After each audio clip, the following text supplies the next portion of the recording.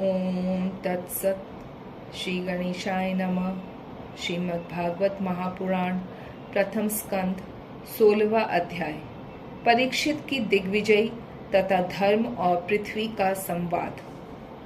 सूत जी कहते हैं, शौनक जी, पांडवों के महापरायण के पश्चात भगवान के परम भक्त राजा परीक्षित श्रेष्ठ ब्राह्मणों की शिक्षा के अनुसार पृथ्वी का शासन करने लगे। उनके जन्म के समय ज्योतिषियों ने उनके संबंध में जो कुछ कहा था, वास्तव में वे सभी गुण उनमें विद्यमान थे। उन्होंने उत्तर की पुत्री इरावती से विवाह किया। उससे उन्होंने जन्मजय आदि 4 पुत्र उत्पन्न किए तथा कृपाचार्य को आचार्य बनाकर उन्होंने गंगा के तट पर 3 अश्वमेध यज्ञ किए, जिनमें ब्राह्मणों को पुष्कल दक्षिणा दी गई। उन यज्ञों में देवताओं ने प्रत्यक्ष रूप में प्रकट होकर अपना भाग ग्रहण किया था। एक बार दिग्विजय करते समय उन्होंने देखा कि शुद्ध के रूप में कलयुग राजा का वेश धारण करके एक गाय और बैल के जोड़े को ठोकरों से मार रहा है। तब उन्होंने उसे बलपूर्वक पकड़कर दंड दिया। शौनक जी ने पूछा, महाभाग्यवान सूत जी, दिग्विजय के समय महाराज परीक्षित ने कलयुग को दंड देकर ही क्यों छोड़ दिया, मार क्यों नहीं डाला? क्योंकि राजा का वेश धारण करने पर भी था तो वह अधम शूद्र ही, जिसने गाय को लात से मारा था। यदि यह प्रसंग भगवान श्री कृष्ण की लीला से अथवा उनके चरण कमलों के मकरंद रस का पान करने वाले रसिक महानुभावों से संबंध रखता हो तो अवश्य कहिए। दूसरी व्यर्थ की बातों से क्या लाभ? उनमें तो आयु व्यर्थ नष्ट होती है। प्यारे सूत जी, जो लोग चाहते तो हैं मोक्ष, परंतु अल्प आयु होने के कारण मृत्यु से ग्रस्त हो रहे हैं, उनके कल्याण के लिए भगवान यम का आह्वान करके उन्हें यहाँ शांति कर्म में नियुक्त कर दिया गया है। जब तक यमराज यहाँ इस कर्म में नियुक्त है, तब तक किसी की मृत्यु नहीं होगी।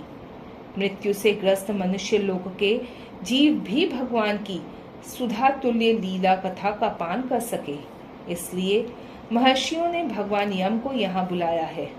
एक तो थोड़ी आयु और दूसरे कम समझ। ऐसी अवस्था में संसार के मंद भाग्य विषयी पुरुषों की आयु व्यर्थ ही बीती जा रही है। नींद में रात और व्यर्थ के कामों में दिन।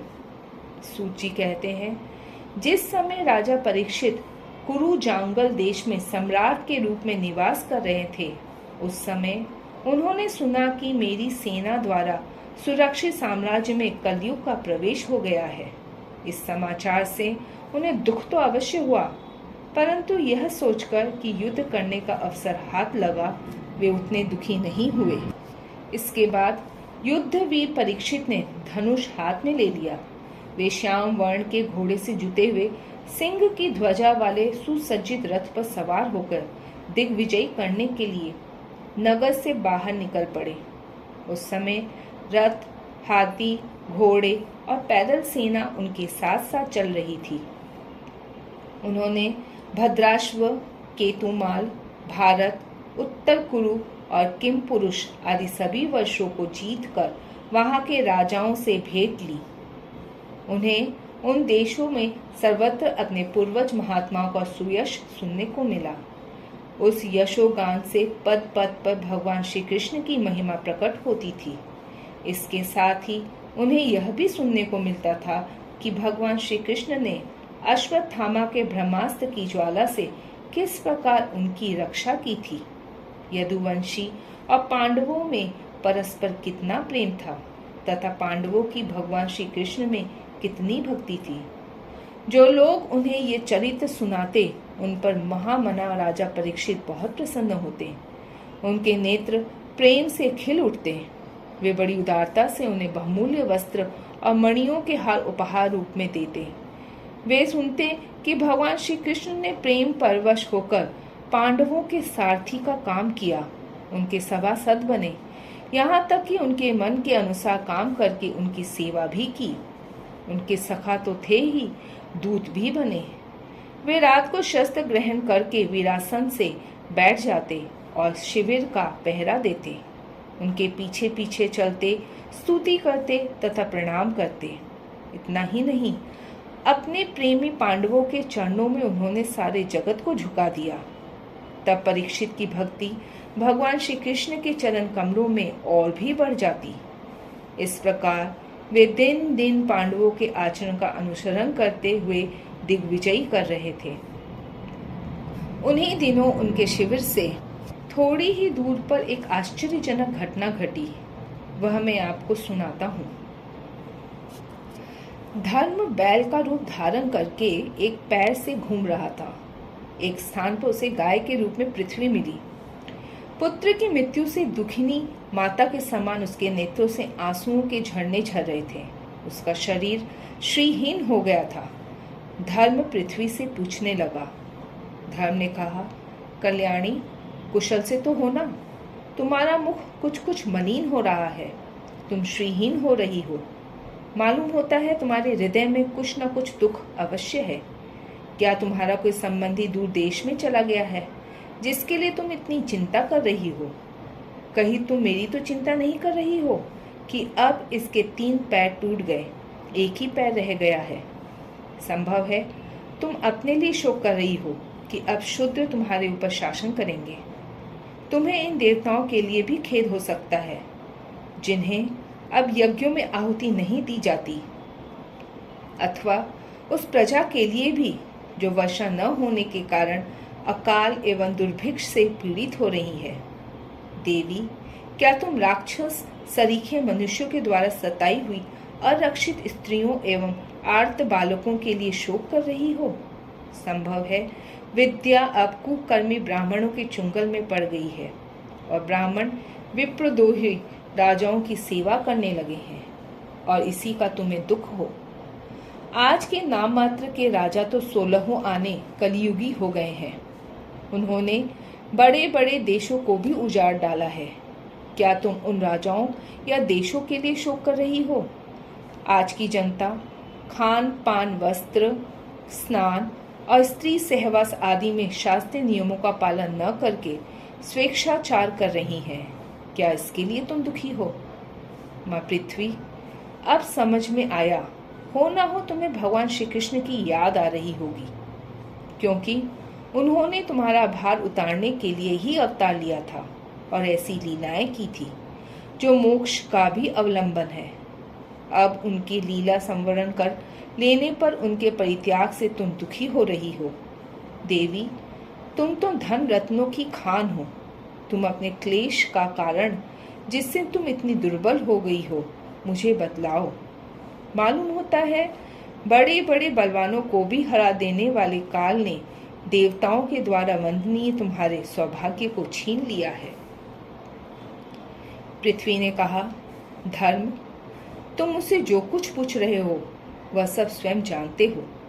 जिन भगवान के सहारे तुम सारे संसार को सुख पहुंचाने वाले अपने चारों चरणों से युक्त थे, जिनमें सत्य, पवित्रता, दया, क्षमा, त्याग, संतोष, सरलता, शम, दम, तप, समता, तिक्षा, उपरति, शास्त्र विचार, ज्ञान, वैराग्य, ऐश्वर्य, वीरता, तेज, बल, स्मृति, स्वतंत्रता, कौशल, कांति, धैर्य, कोमलता, निर्भीकता, विनय, शील, साहस, उत्साह, बल, सौभाग्य, गंभीरता, स्थिरता, आस्तिकता, कीर्ति, गौरव और निरंकारता है। ये 39 अप्राकृत गुण तथा महत्वाकांक्षी पुरुषों के द्वारा वांछनीय और भी बहुत से महान गुण उनकी सेवा करने के लिए नित्य निरंतर निवास करते हैं। एक क्षण के लिए भी उनसे अलग नहीं होते।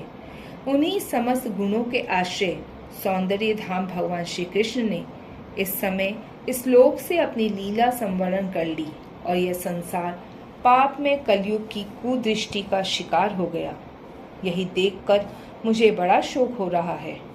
अपने लिए देवताओं में श्रेष्ठ तुम्हारे लिए देवता, पितर, ऋषि, साधु और समस्त वर्णों तथा आश्रमों के मनुष्यों के लिए मैं शोकग्रस्त हो रही हूँ।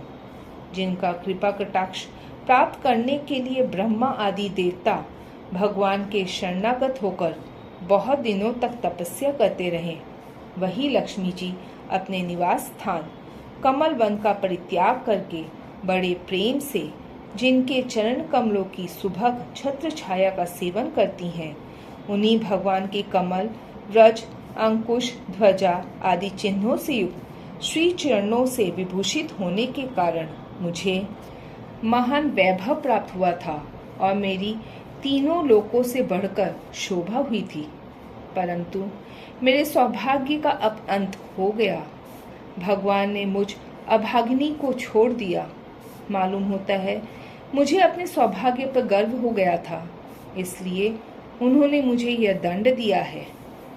तुम अपने 3 चरणों के कम हो जाने से मन ही मन कूड़ रहे थे, अतः अपने पुरुषार्थ से तुम्हें अपने ही अंदर पुनः सब अंगों से पूर्ण एवं स्वस्थ कर देने के लिए वे अत्यंत रमणीय श्याम सुंदर विग्रह से यदुवंश में प्रकट हुए और मेरे बड़े भारी भार को, जो असुरवंशी राजाओं की सैकड़ों अक्षौहिणियों के रूप में था, नष्ट कर डाला, क्योंकि वे परम स्वतंत्र थे, जिन्होंने अपनी प्रेम भरी चितवन मनोहर मुस्कान और मीठी मीठी बातों से सत्यभामा आदि मधुमयी मानिनियों के मान के साथ धीरज को भी छीन लिया था, और जिनके चरण कमलों के स्पर्श से मैं निरंतर आनंद से पुलकित रहती थी, उन पुरुषोत्तम भगवान श्री कृष्ण का विरह भला कौन सह सकती है। धर्म और पृथ्वी इस प्रकार आपस में बातचीत कर ही रहे थे कि उसी समय राजश्री परीक्षित पूर्व वाहिनी सरस्वती के तट पर आ पहुंचे।